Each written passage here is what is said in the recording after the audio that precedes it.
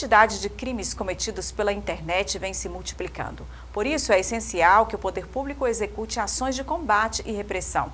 Entenda como internautas, conhecendo os riscos e as ferramentas de defesa, podem se proteger contra os chamados cybercriminosos.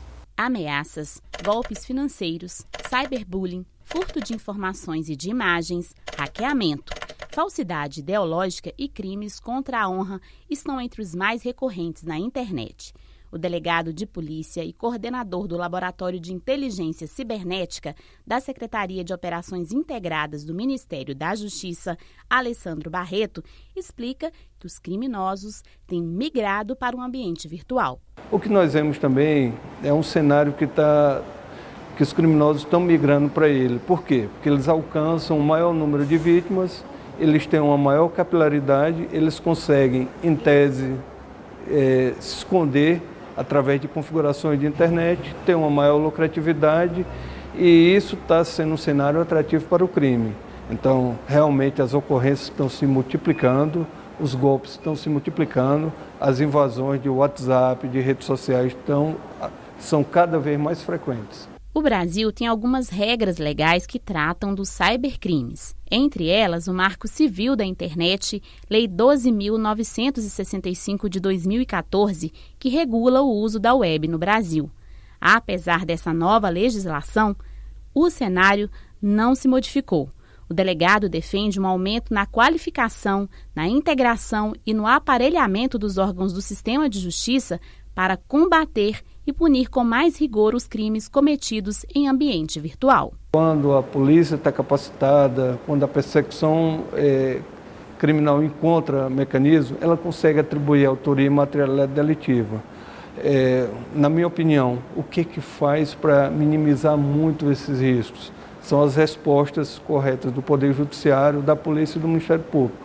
Então, quando se capacita, certamente você encontra caminhos, você encontra mecanismos para atribuir autoria e materialidade delitiva. É importante também investir em educação para a segurança digital, a fim de prevenir esses ataques. O Centro de Segurança Institucional do TJMG publicou uma cartilha digital para orientar magistrados, servidores e colaboradores quanto à segurança na web. O arquivo pode ser acessado pela intranet. O material foi produzido pela assessoria da Polícia Civil que atua aqui no Tribunal Mineiro. O documento traz dicas importantes para evitar ou diminuir os danos causados por condutas criminosas na rede. Ele foi inspirado no livro Cybercards, Meio Cibernético e Orientações Práticas, de autoria do delegado Alessandro Barreto.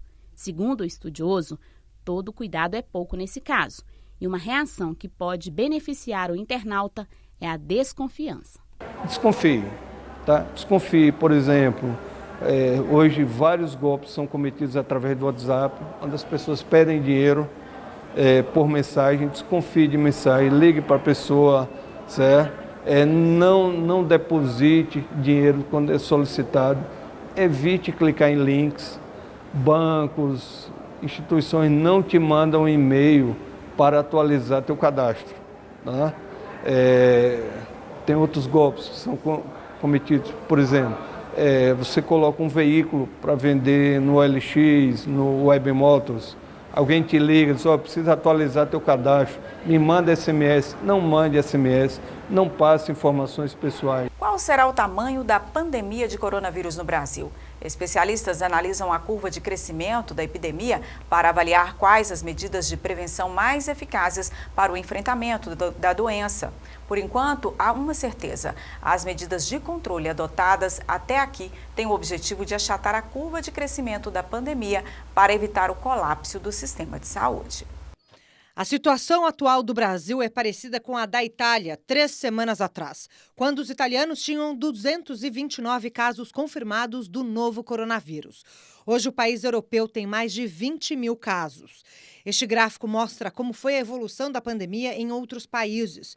Em 4 dias, a estimativa é de que o Brasil terá quase 1.000 diagnósticos positivos do Covid-19.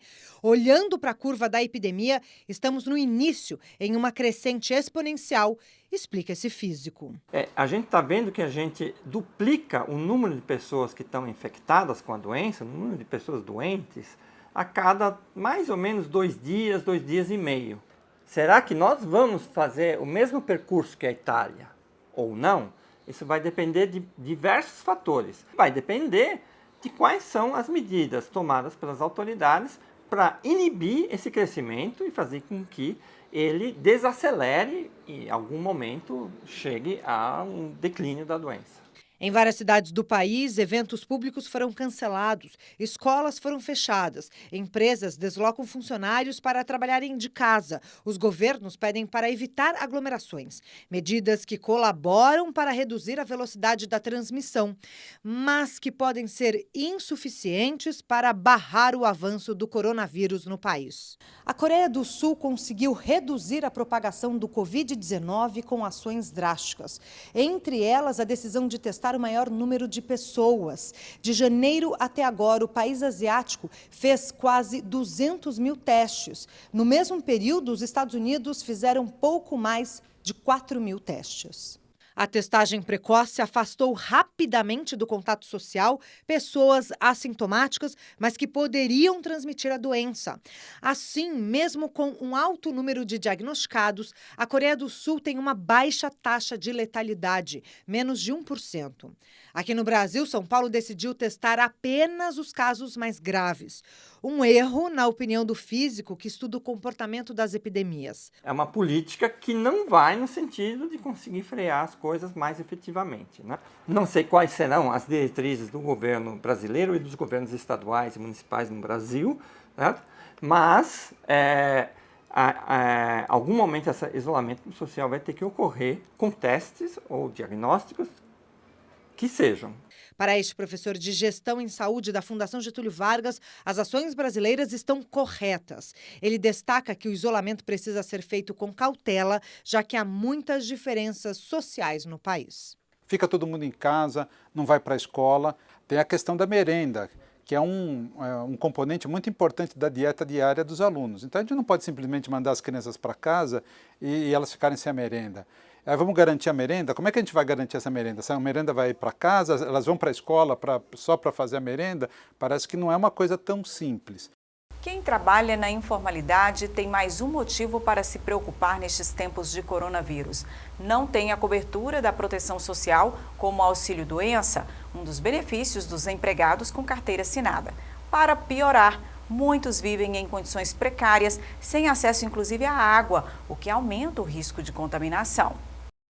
Nenhum registro na carteira de trabalho. São 20 anos como diarista na informalidade. Em tempos de coronavírus, Maria precisa fazer uma escolha difícil. Tem que se arriscar, né? Porque se arriscar vai morrer de fome. Então tem que vir, não tem jeito. Quem é rico pode ficar em casa, mas pobre como é que vai ficar em casa? Não tem como ficar em casa, tem que se arriscar. Álcool em gel, luvas e máscara antes de enfrentar o trem lotado.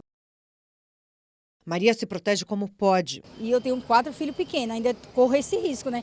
Sair para a rua e chegar em casa contaminar ainda os filhos. Mas não tenho escolha, realmente não tenho escolha. As empregadas domésticas representam 6 milhões de pessoas da força produtiva do país. 3 em cada 10 trabalham sem direitos garantidos pela CLT. E elas não estão sozinhas. 40% da população economicamente ativa também está na informalidade. Aumentar os gastos públicos para reduzir os impactos do avanço do Covid-19 entre a população mais vulnerável é um consenso entre os especialistas. Nós precisamos criar políticas ativas que atinjam o conjunto total da população, em especial dessa população que tem mais dificuldades. O Bolsa Família é um exemplo disso, né? Você pega uma situação, pessoas que ganham muito pouco, numa situação muito complicada de renda, e você dá dinheiro. Efetivamente, você coloca dinheiro na mão dessas pessoas. Uma das consequências mais frequentes da informalidade é a moradia precária. Renata vive no Complexo do Alemão, no Rio de Janeiro. Com a torneira seca quase todos os dias, é impossível manter as condições básicas de higiene. Nesse caso, ficar em casa para se isolar da pandemia pode não ser a melhor escolha. Porque a gente passou pela crise da água da SEDAI, que ainda nem está limpa, né? 100%, e aí agora veio o coronavírus, então fica muito difícil essa questão da água cair só 2 vezes na semana e lavar a mão a cada 20 segundos. Com 20 segundos de duração com a água caindo, se a gente nem tem água, às vezes, para o básico.